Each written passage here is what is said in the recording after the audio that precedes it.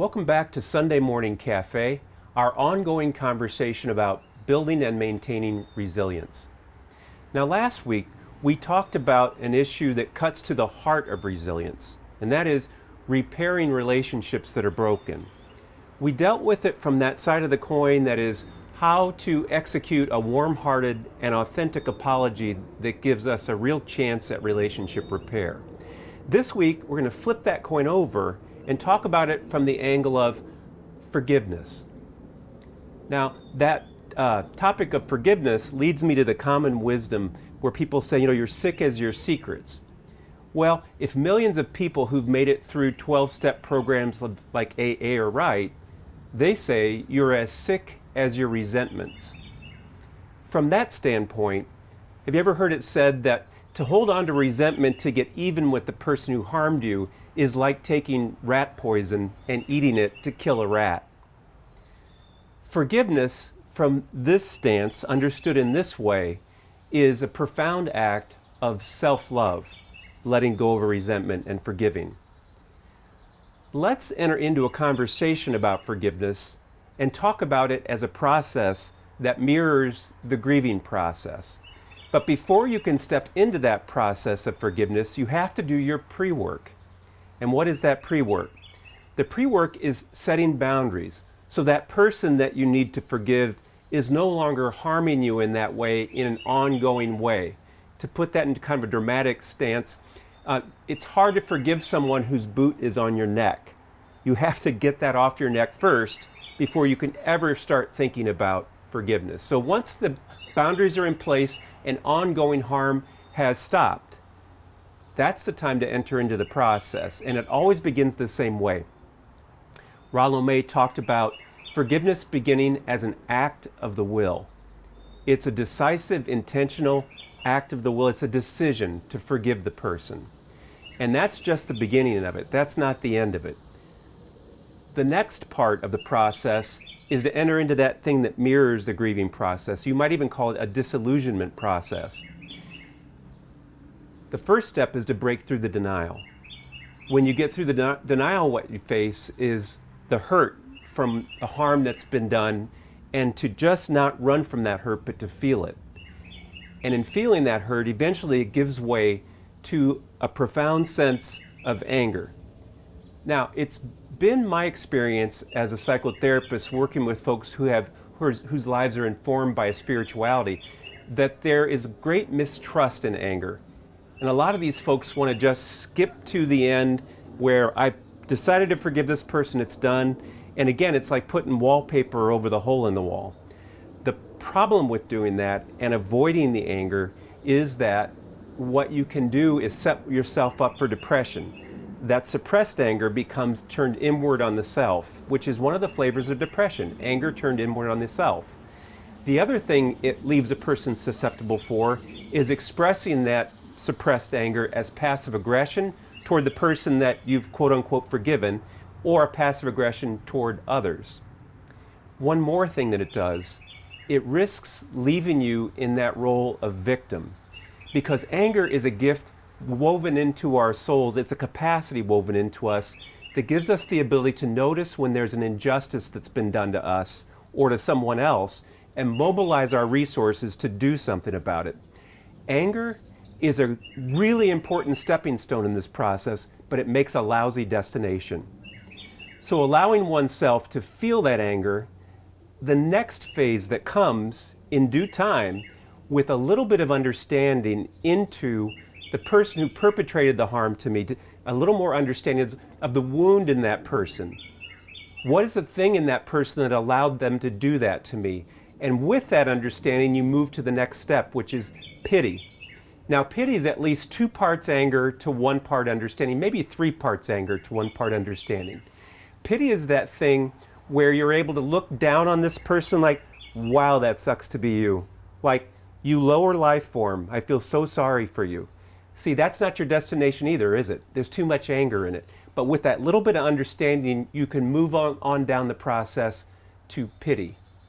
When more and more understanding fills the space inside, you've moved from pity, and now you're on your way to the end of the process, which is full-on compassion for the person. And with that compassion comes a peace and a laying down that burden of resentment. Now, before I go any further, I want to distinguish between three types of forgiveness. The first type of forgiveness is what we all hope for, and that's a restoration of the relationship. But it's dependent on some things that are outside your control. And that is, the person comes and makes a really great apology, and you can feel their remorse, and you see their remorse over time. That leads to change in the person so that you can trust they won't be perpetrating this thing again that harmed you the first time.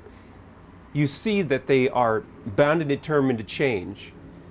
That's the kind of forgiveness where people use a phrase like this: we're stronger in the broken place, like the bone tissue that forms around a break that's actually stronger than after the break than before the break. In this kind of forgiveness, you'll often hear people say, I'm not saying I'm glad this person harmed me, but if they hadn't have, we wouldn't be as close as we are now. There's a second kind of forgiveness, and that's the kind of forgiveness where I've fully forgiven the person, but they cannot be in my life in any way, shape, or form because they're not safe, and they're not safe for people I love. So the forgiveness is real, but they can't be in my life at all. That's the second type of forgiveness. That's an act of love for myself to forgive. Third type of forgiveness is the kind of forgiveness that leads to a reworking of my map of friendships. This person that came my way, they're not really sorry. They're not really going to change, and they might not have the capacity for change. But I don't want them out of my life altogether because I care for them. So if they were somewhere in the center of my life, they're another step removed or a couple step removes. In my solar system, maybe they're no longer where Mars would be, but they're somewhere more out where Neptune is, or maybe even Pluto. Let me give you a story from my own life that describes this. I've said it before, I love my dad, and I know he loves me too. For my dad, toward the end of his life, in his older years, he abstained from drinking, but he didn't do those things that alcoholics do who want recovery. Didn't get into a self-help program like AA, didn't go to psychotherapy. So a lot of the baggage that drew him to drinking too much, along with his genetic predisposition, were still in place. So about that time that I had my brand new baby girl, firstborn, my wife's holding her in our house, it's a fairly new house, Dad comes to the door and he spits out one of those old names he had for me as a kid that was really disrespectful. And I said, Dad, my name's not Shithead, and we don't talk that way to each other in my house.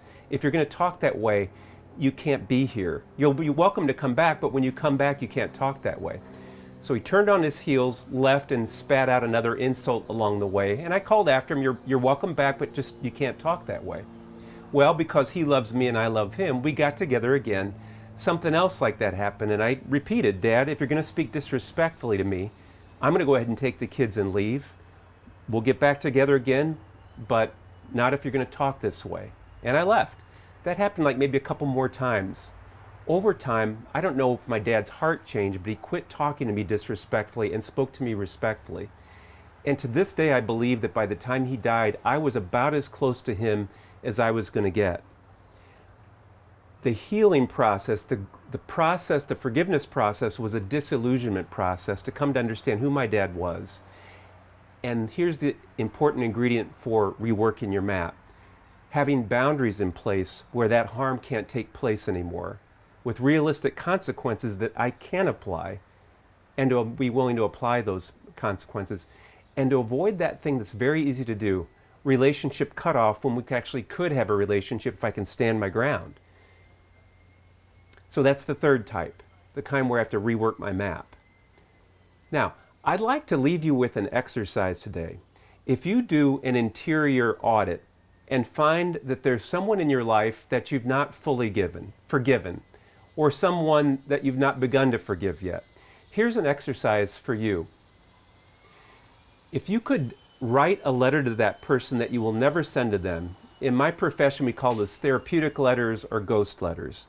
The whole purpose of it is to initiate that process of deeper forgiveness, where you get in touch with the hurt and feel it and express it.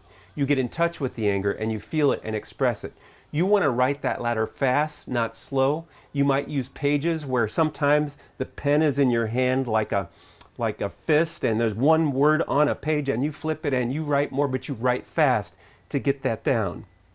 The second part of this exercise is to get with a counselor or a wise mentor of yours who's confidential, and you read it out loud, because there's power in the reading it out loud, and you express the feelings that come with it. Third step is discern what that exercise calls you to next, because I can't legislate for you what that is. I don't know what it is. You'll know, though, after you do it, what the next step in the process needs to be, if anything. And I'd like to leave you with a question, and it goes like this. Is there a forgiveness of self that's needed? Is there something you hold against yourself that you've never let go of? A thing that weighs down on you, on your shoulder? Is it time to consider a process of self-forgiveness to lay that burden down? Because after all, you're the first gift that was ever given to you. What could be more resilient than a profound act of self-love? And I'll see you next week as we continue our conversation on building resilience.